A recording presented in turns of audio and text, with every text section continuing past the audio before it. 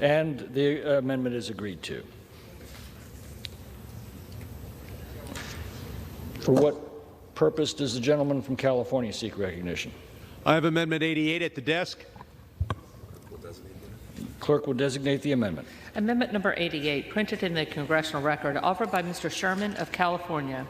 Gentleman is recognized for 5 minutes. American gas prices are too high. The pressure is on this Congress to do something about it. President Biden has done something about it by releasing oil at a strategic time from the Strategic Petroleum Reserve. And gas prices are down from their peak. But Americans want more.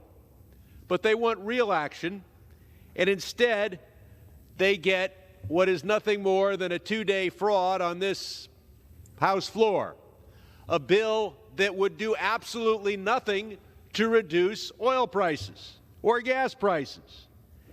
And yet, by spending 2 days on this floor, by making this the bill of the week, we fool the American people into thinking that Congress is doing something. Now, how utterly meaningless is this bill? It will do nothing to increase oil production in the United States, for it calls only for a plan to be created, but not necessarily implemented. And it implies that it would do something to increase oil production, but not for well more than a year after the crisis began, any spike in oil prices.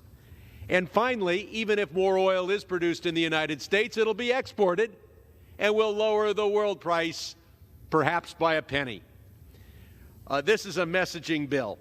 Its message is to attack President Biden, who's the only one who has actually done something to reduce oil prices. So let's look at what this bill does. It calls for a plan.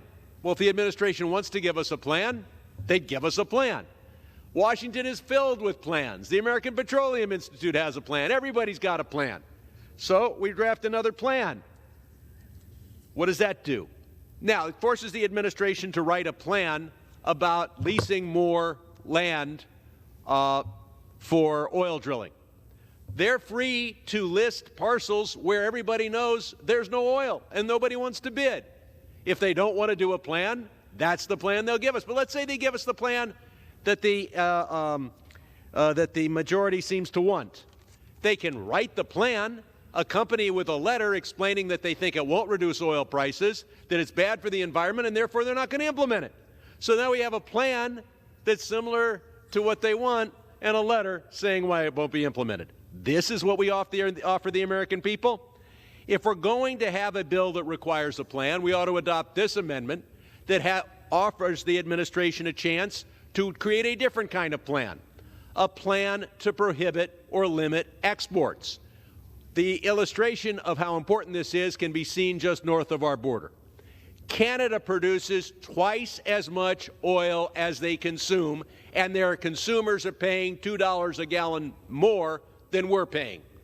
So producing more oil inside your country doesn't seem to lower oil prices for those living to the north of the United States. Why?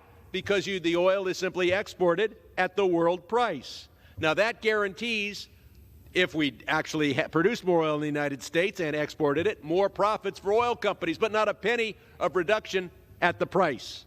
If instead we had a plan to limit or prohibit exports, we would lower certainly the price of natural gas, and I believe that under many circumstances we would reduce the price of oil and gasoline paid for by the American people. So to come to this floor with a bill requiring a plan to be added to the hundreds of existing plans that already exist, that requires an administration to create a plan that the majority tells us the administration doesn't want to create, allows the administration to create a plan that they wouldn't like, allows the administration to create a plan that they would like and then refuse to implement it, and then tell the American people that you're doing something to lower the price of gasoline now. But even if we produced more oil, and let's point out, we're going to produce more oil in this country in 2023 than any other year in our history.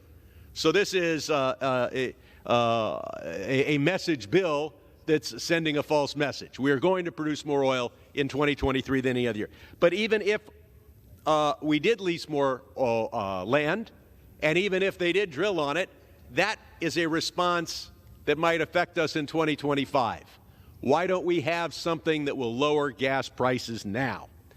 So, if we want to engage in this process of telling the American people that we're doing something or that we would do something, but it's the other party's fault, then for God's sakes, bring forward a bill that, if enacted, which of course won't happen, but if enacted, would actually do something.